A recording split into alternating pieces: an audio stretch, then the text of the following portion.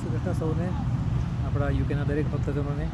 આજે અહીંયા પ્રત્યક્ષ પાછો આવ્યો છું ગૌશાળામાં, જ્યાં આપણા દિનેશભાઈ ગાય માતાની બધી સેવા કરે છે, ડિસેબલ ગાયોની સેવા કરે છે, જ્યાં ઓપરેશન થાય છે.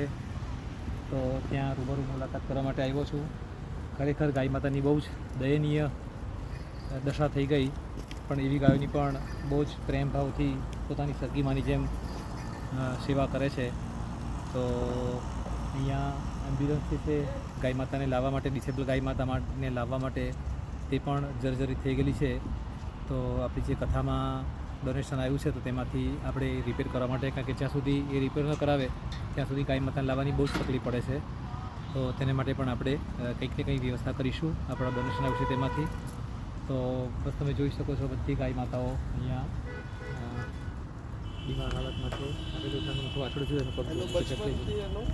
જે નસ આવે ને લિગામેન્ટ, હા એકદમ નલ્લી જ રહી. હા હા હા એટલે પેદાશી એવું હા હા જન્મથી જ એવું થઈ ગયું છે ને. જન્મથી. હા હવે ઓપરેશન કરીએ પણ એનો લિગામેન્ટ બહુ મોટું નથી.